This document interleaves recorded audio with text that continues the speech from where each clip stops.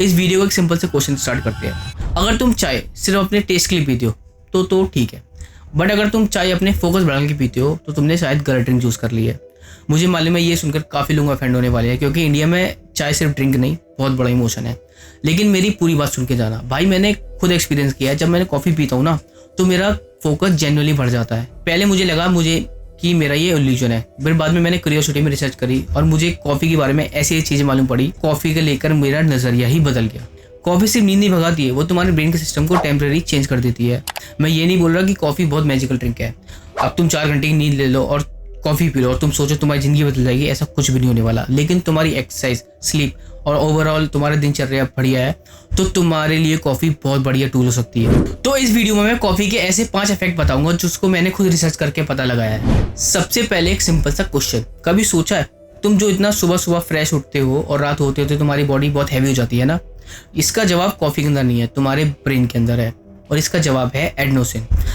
सोचो तुम पूरा दिन काम कर रहे हो और जितना तुम काम करते हो ना उतना ही एडेनोसिन तुम्हारी ब्रेन के अंदर रिलीज होता है।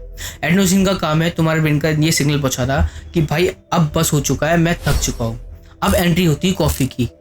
कॉफ़ी के अंदर जो कैफीन होता है ना, ज़्यादातर लोग ये समझते नहीं है कि कॉफ़ी एडेनोसिन को डिस्ट्रॉय नहीं करता है, बस वो उसके रिसेप्टर्स ब्लॉक कर देता है। और इसका रिजल्ट क्या होता है, तुम्हारा ब्रेन सोचता है कि अभी तुम्हारी बॉडी के पास बहुत सी एनर्जी बची हुई है, इसलिए कॉफ़ी पीने के 20-30 मिनट बाद तुम ज़्यादा अलर्ट फील करने लगते हो। लेकिन ये चीज़ याद रखना, कॉफ़ी तुम्हें एनर्जी नहीं देती, वो सिर्फ फटीग का सिग्नल थोड़ी देर के लिए म्यूट कर देती है। इसी वजह से तुम 3-4 कप कॉफ़ी पी लो और उसके बाद भी तुम्हें नींद आए तो रीज़न कॉफ़ी नहीं, तुम्हारी नींद है। अब आता है वो इफेक्ट जिसको मैंने पर्सनली एक्सपीरियंस किया है। भाई मैं सच बता रहा हूँ, जब मैं कॉफ़ी पीता हूँ ना मेरा फोकस जेन्युइनली बढ़ जाता है।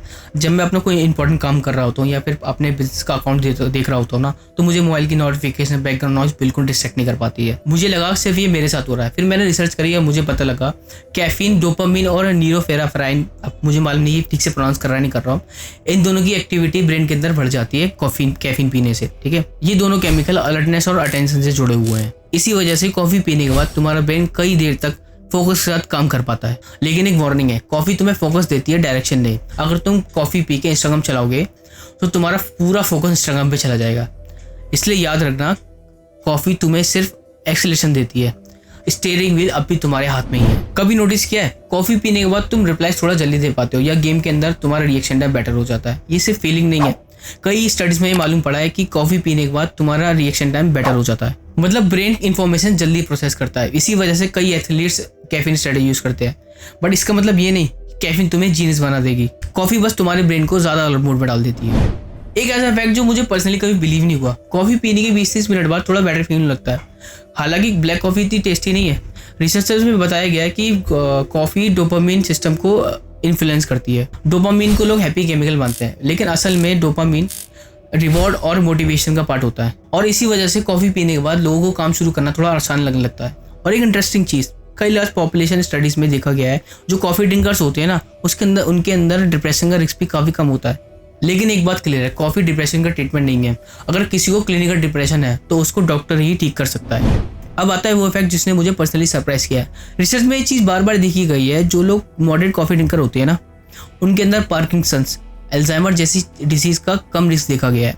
ये चीज़ फाइनल नहीं है, रिसर्च अभी इसे रिसर्च कर रहे हैं कि इसका रीजन कैफीन है या उसके अंदर मौजूद एंटीऑक्सीडेंट। लेकिन ये चीज़ ज़रूर है, कॉफ़ी को लोग पहले अनहेल्दी मानते थे, लेकिन आज की रिसर्च उन सब चीज़ों को डिनाई कर चुकी है। अब आता है सबसे इंपॉर्टेंट सवाल, कितनी कॉफ़ी पिए? अगर मैं इस वीडियो को 5 इफेक्ट पे बंद कर दूँ तो कल से लोग 8-10 कॉफ़ी पीना शुरू कर देंगे और मेरी लंका लग जाएगी।